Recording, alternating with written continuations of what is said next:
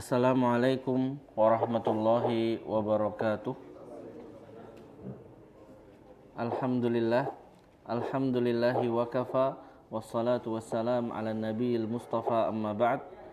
Bapak Ibu rahimani wa rahimakumullahu jami'an. Pertama-tama kita ucapkan puji syukur kepada Allah Subhanahu wa taala yang telah memberikan kepada kita nikmat yang tak terhingga. Yang saking banyaknya nikmat tersebut, Allah mengatakan wa in ta'uddu nikmatallahi la tuhsuha. Seandainya kalian mencoba untuk menghitung nikmat Allah Subhanahu wa taala, kalian tidak akan mampu melakukannya. Tidak akan mampu kita menghitung nikmat yang telah Allah Subhanahu wa taala berikan kepada kita. Akan tetapi nafsu kita senantiasa mengajak kita kepada kebatilan. Nikmat yang begitu banyak, seringkali akhirnya justru kita lupakan. Yang kita ingat adalah nikmat yang kita inginkan tapi tidak kita dapat. Itu yang seringnya kita ingat, ya. Nikmat Allah bertubi-tubi kepada kita, lupa. Ya, lupa. Kita masih dikasih nikmat bisa berjalan, bisa melihat, bisa bernapas, bisa berkumpul bersama keluarga, bisa beribadah. Kadangkala nikmat-nikmat yang ini yang dilupakan, yang banyak ini kelupaan, ya. Tapi justru nikmat yang kita incar tapi tidak kita dapat, itu yang diungkit-ungkit. Nah, itulah manusia. Itulah manusia. Makanya Allah Subhanahu wa taala menekankan dalam firman-Nya, wala in syakartum la azidannakum wala in kafartum inna adzabi lasyadid. Sesungguhnya jika kalian bersyukur, Allah akan tambah nikmat tersebut. Akan tetapi kalau kalian kufur nikmat, yang diingat-ingat hanya yang tidak berhasil diraih saja, siap-siap azab Allah Subhanahu wa taala sangat pedih, kata Allah Subhanahu wa taala. Yang kedua, salawat dan salam semoga senantiasa tercurahkan kepada Nabi kita, Nabi Muhammad sallallahu alaihi wasallam, yang telah menunaikan amanah dalam menyampaikan Islam. Tidak ada satupun bagian dari Islam yang belum tersampaikan. Semua tentang Islam telah Rasulullah sallallahu alaihi wasallam tunaikan. Tidak ada amanah dari Allah yang tersisa di atas yang tersisa menjadi beban Rasulullah sallallahu alaihi wasallam. Ikhwani fid din rahimani wa rahimakumullahu jami'an. Pada kesempatan sore hari ini kita akan sedikit mengkaji, ya, mempelajari, ya, sedikit kita akan melakukan tazkiyatun nufus, pensucian kepada diri kita, sebagai bentuk salah satu ikhtiar kita untuk mengisi waktu kita di tanah suci ini dengan hal-hal yang bermanfaat. Karena kesempatan emas, ya, kita bisa beribadah di tanah suci, maka jangan sampai kesempatan emas tersebut justru kita nodai dengan hal-hal yang berbau maksiat, wal iyadu billahi ta'ala. Ikhwani fiddin rahimani wa rahimakumullahu jami'an. Sejatinya pada sore hari ini saya ingin membahas tentang makna sabar. Ingin membahas tentang makna sabar. Kita sering merasa sudah paham apa itu namanya sabar, karena kita sudah merasa kalimat sabar ini adalah bahasa Indonesia. Padahal sejatinya kalimat sabar itu adalah salah satu kata serapan dari bahasa Arab diserap ke bahasa Indonesia. Yang mana, Bapak Ibu, secara global, secara dominan, bahasa Arab yang diserap ke bahasa Indonesia itu seringkali bermakna ibadah. Ibadah. Seringkali kalimat-kalimat yang mengandung unsur ibadah itulah yang akhirnya diserap kepada bahasa Indonesia. Kalau berjalan nggak perlu diserap ke bahasa Indonesia. Menangis nggak perlu diserap ke bahasa Indonesia. Kenapa? Makan nggak perlu diserap ke bahasa Indonesia. Kenapa? Karena itu adalah perbuatan yang tabiat. Sifatnya adalah bukan ibadah secara khusus, ya. Tapi kalau sudah ibadah secara khusus, seringkali itu diserap dari bahasa Arab. Salat diserapnya dari mana? Bahasa Arab, sudah jelas. Zakat, haji, umroh, kok tiba-tiba satu kata sabar ini juga diserap dari bahasa Arab. Ya kan ya? Ya. Pemaaf enggak tuh. Ya kan? Menepati janji enggak tuh. Tapi pas kata sabar diserap dari bahasa Arab. Artinya kata sabar ini merupakan salah satu bentuk ibadah kepada Allah Subhanahu wa ta'ala. Sebagaimana sholat, sebagaimana zakat, sebagaimana haji, umroh. Karena tidak ditemukan bahasa Indonesia atau padanan kata yang lebih dekat kepada makna sesungguhnya dari kata ini dalam bahasa Melayu ataupun dalam bahasa Indonesia. Maka diseraplah ke dalam bahasa, maka diseraplah atau diambillah dari bahasa Arab. Sabar diambil ke bahasa Arab, diambil kepada bahasa Indonesia.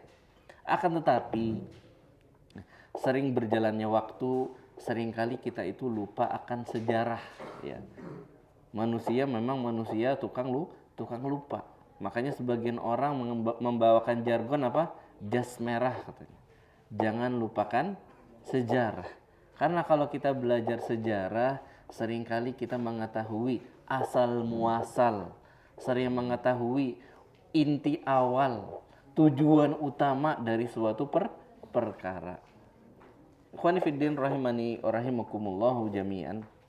Sabar karena ini merupakan salah satu bentuk ibadah dan diserap dari bahasa Arab. Maka kalau kita ingin tahu arti sabar sesungguhnya, maka kita merujuknya ke makna sabar dalam bahasa Arabnya. Sebagaimana kalau ingin tahu apa sih artinya sholat, apakah kita mencari maknanya dalam bahasa Indonesia? Tidak. Yang paling tepat kita merujuknya ke asli maknanya dalam bahasa Arab. Maka seperti itu pula dengan sabar, Bapak Ibu. Kita sering terbuai, ya, sering terbuai menganggap sabar itu hanya tatkala tertimpa musibah. Tapi kalau kita pelajari buku-buku ulama, ternyata kita dapati sabar itu dalam bahasa Arab mencakup 3 perkara. Ya, mencakup tiga perkara yang oleh para ulama secara khusus itu ditujukan atau dicontohkan langsung, kata mereka, pada 2 sosok nabi. Ya, pada 2 sosok nabi. Yang pertama adalah Nabi Yusuf alaihi salam, yang kedua adalah Nabi Muhammad sallallahu alaihi wasallam. Kenapa? Karena sabar dalam artinya yang merupakan bentuk ibadah kepada Allah itu mencakup 3 hal. Yang paling ringan adalah sabar atas musibah-musibah yang menimpa kita tidak harapkan. Itu adalah level terendah dari sabar dalam makna ibadah. Kenapa? Karena bentuk sabar ini sifatnya paksaan. Sifatnya paksaan. Kalau kita ingat kisahnya Nabi Yusuf alaihi salam, ya, bagaimana beliau tidak berbuat salah apa-apa, ya, tidak berbuat salah apa-apa. Apa yang terjadi? Saudara-saudaranya iri. Habis iri ngapain? Habis iri ingin membunuh. Alhamdulillah nggak jadi dibunuh, cuma dibuang. Dibuang. Nabi Yusuf salah apa? Kok dibuang? Nggak ada salah.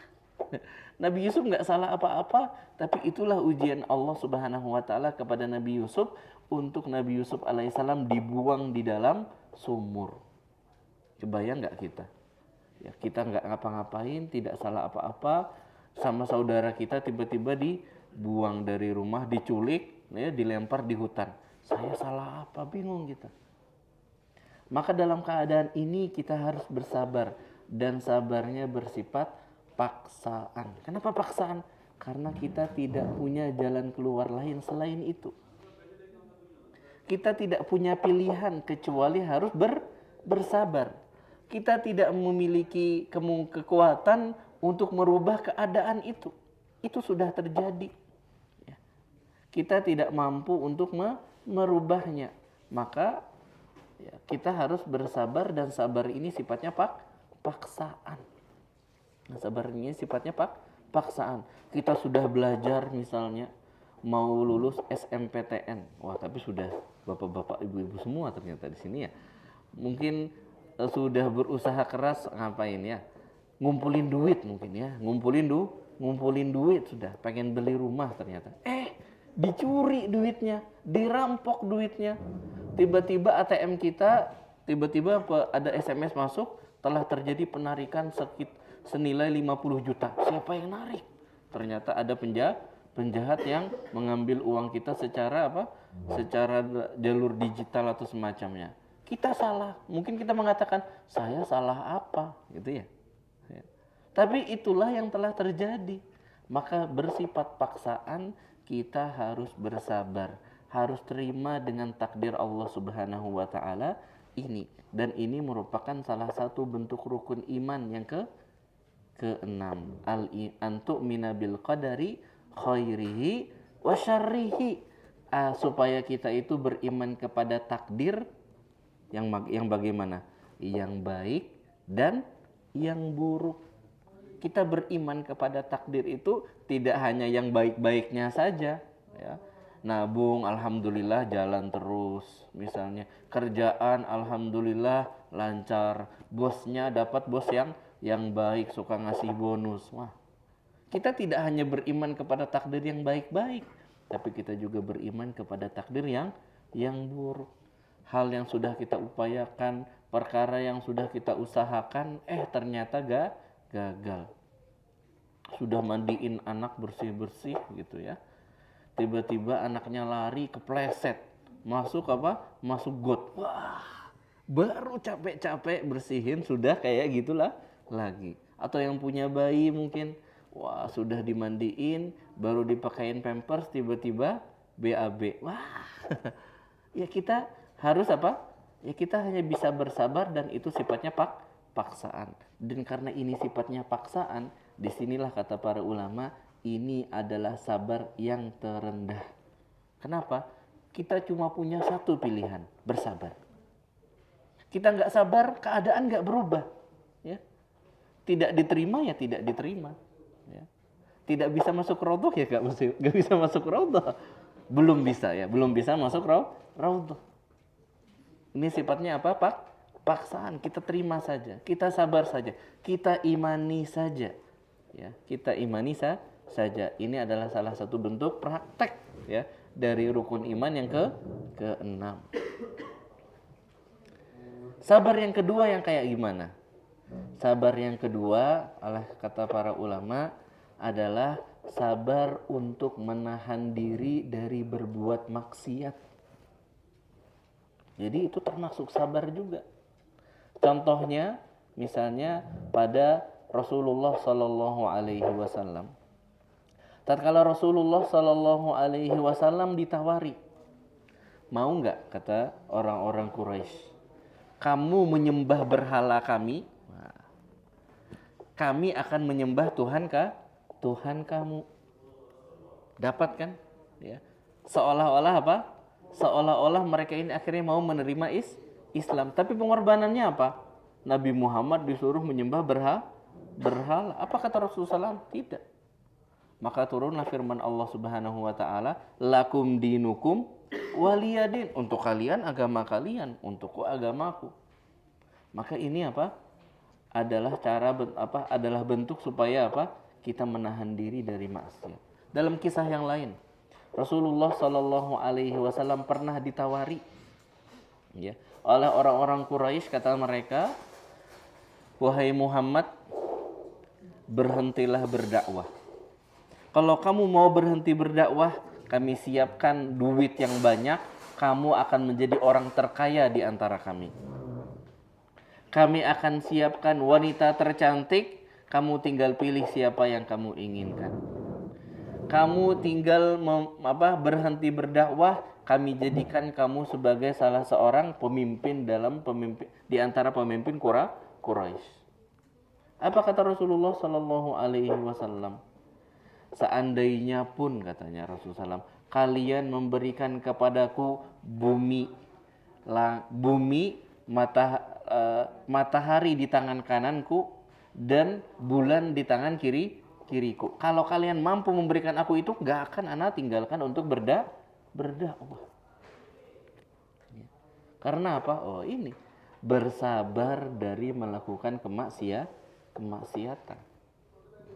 Atau kisah lain, contohnya Nabi Yusuf alaihi salam. Seorang pemuda lagi remaja-remajanya, namanya remaja itu apa? Umur yang membara katanya ya. Semangatnya berapi-api katanya. Tiba-tiba diajak berzina oleh Zulaikha. Bukan Nabi Yusuf yang ngajakin, perempuannya yang ngajakin. Ayo ke rumah, kata si Zulaikha, sudah ditutup pintu, nggak ada orang di sini, ayo kita zina. Tapi apa kata Nabi Yusuf alaihi salam? Apa kata Nabi Yusuf alaihi salam? Ada yang tahu nggak? Nabi Yusuf alaihi salam mengatakan apa? Innahu rabbi ahsana maswaya. Lalu beliau mengatakan inni akhafullah. Kata Nabi Yusuf alaihissalam, satu, aku tuh sudah dibaiki sama apa? Sama tuanku. Masa sekarang anak berzina dengan istrinya? Pengkhianatan ini. Itu satu. Dan yang kedua yang lebih penting kata Nabi SAW apa? Qala ma'adallah.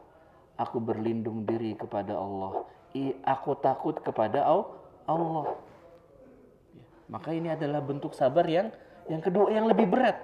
Kenapa? Kalau yang tadi kan pilihannya cuma satu. Sabar. Cuma satu pilihannya sabar. Karena apa? Hasil tidak akan berubah. Ya. Mungkin kemarin ada yang dari Cianjur di sini mungkin. Yang kemarin tiba-tiba gempa bumi melanda Cianjur. Apakah kalau tidak sabar tiba-tiba buminya nggak jadi gempa? Enggak. Tetap terjadi gempa. Rumahnya hancur ya hancur. Nggak bisa dibangun ulang. Maka pilihannya cuma satu, bersabar. Sedangkan tatkala kita dihadapkan kepada maksiat, pilihannya ada dua. Ikuti maksiatnya, ikuti syaitannya, atau kita melawan syaitannya. Maka tatkala pilihan ini ada dua, ini lebih berat. Kalau kita lagi jalan, ya, jalannya cuma satu, ya itu sudah diikuti. Tapi kalau jalannya ada dua, kita jadi punya pertimbangan. Pilih yang mana ya? Nanti tinggal melihat dia ikutin hawa nafsunya atau dia ingat Allah Subhanahu wa ta'ala. Ini adalah bentuk sabar yang kedua. Ya. Dan ini lebih tinggi derajatnya daripada sabar yang pertama tadi. Dan sabar yang tertinggi adalah sabar untuk terus beribadah istiqomah dalam perintah-perintah Allah Subhanahu wa ta'ala. Rasulullah Sallallahu Alaihi Wasallam sudah mencontohkan. Beliau diusir, ya, beliau hampir dibunuh, beliau pernah diboikot 3 tahun. Ya. Tapi beliau apakah sudah kalau gitu menyerahlah? Enggak. Tetap berjuang kepada Allah Subhanahu wa ta'ala. Berjuang menyampaikan tauhid, berjuang menyebarkan Islam, tidak gentar. Ya. Inilah yang disebut juga dengan nama istiqomah. Jadi istiqomah itu adalah salah satu bentuk sabar. Ya. Dan secara khusus kita di sini, sebelum itu ambil kisahnya Nabi Yusuf alaihi salam lagi. Nabi Yusuf alaihi salam, ya, itu beliau beliau tidak salah apa-apa, tadi dibuang oleh saudaranya sendiri ke dalam sumur. Ini adalah sabar yang pertama. Beliau diajak berzina, beliau menolak, ya. Beliau tidak mau, tetap bersabar untuk kekeh, ya, teguh di atas agama yang benar, tidak mau bermaksiat kepada Allah. Ini sabar yang kedua.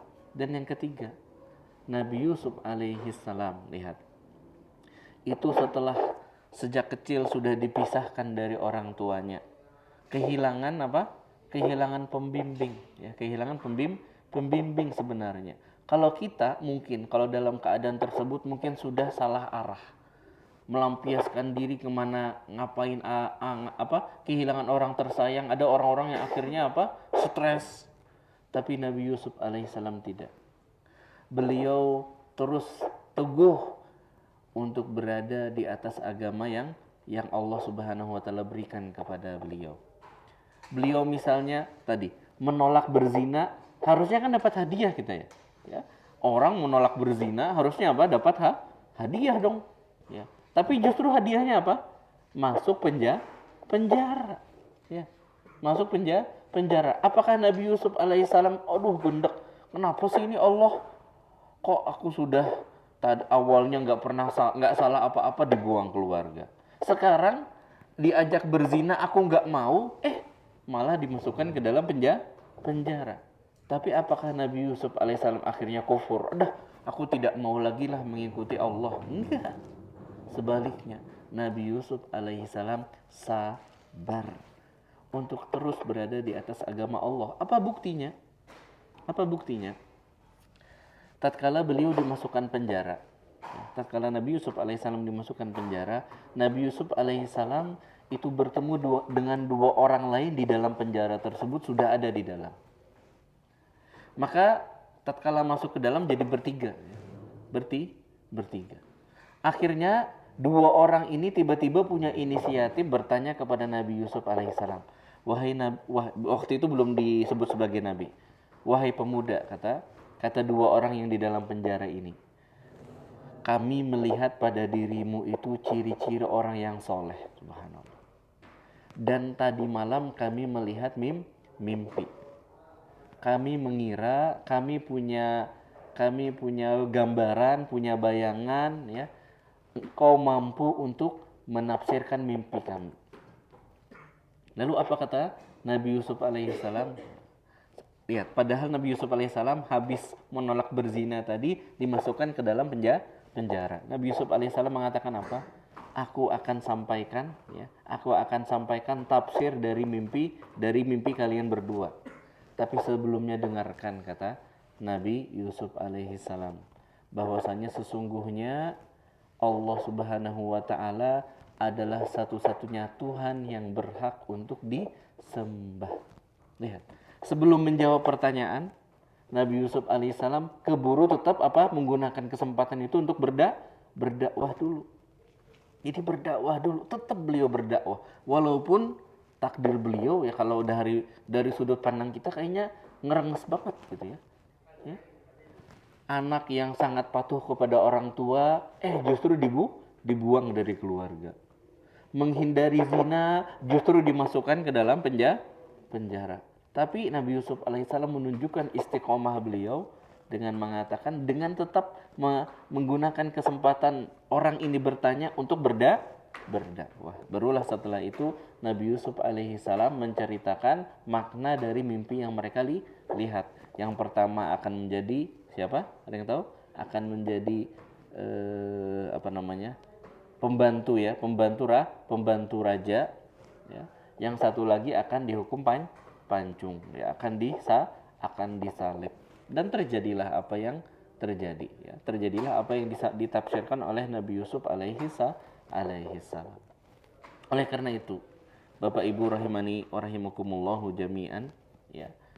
Kita perlu lebih memahami ya makna arti dari kata sabar. Walaupun sabar itu sudah menjadi sebuah kalimat dalam bahasa Indonesia sendiri, tapi kalau kita ingin mendalami maknanya, maka kita merujuk kepada makna aslinya yang berasal dari bahasa Arab. Satu, kita harus pahami sabar itu adalah salah satu bentuk ibadah. Ya. Jadi jangan dikira sabar itu ya sudah sekedarnya saja, tidak. Sabar ini sama dengan kita beribadah dengan bersedekah. Bersedekah itu juga ada salah satu bentuk sabar. Kenapa? Kita sabar sudah capek-capek kerja mengumpulkan duitnya kita kasih orang lain. Orang lainnya seolah-olah nggak perlu kerja, dia sudah dapat. Sabar. Ya, sabar. Itulah makna dari sabar, ibu-ibu, bapak-bapak. Ya. Mungkin itu yang bisa saya sampaikan. Saya pendekkan karena tadi kita mulainya rada telat juga. Dan habis ini juga ada sedikit pengumuman dari saya yang semoga ya bisa sedikit mengurangi rasa kekecewaan bapak-bapak secara khusus di sini, ya. Saya tutup dulu untuk kajiannya. Subhanakallahumma bihamdika asyhadu an la ilaha illa anta astaghfiruka wa atubu ilaik. Wassalamualaikum warahmatullahi wabarakatuh.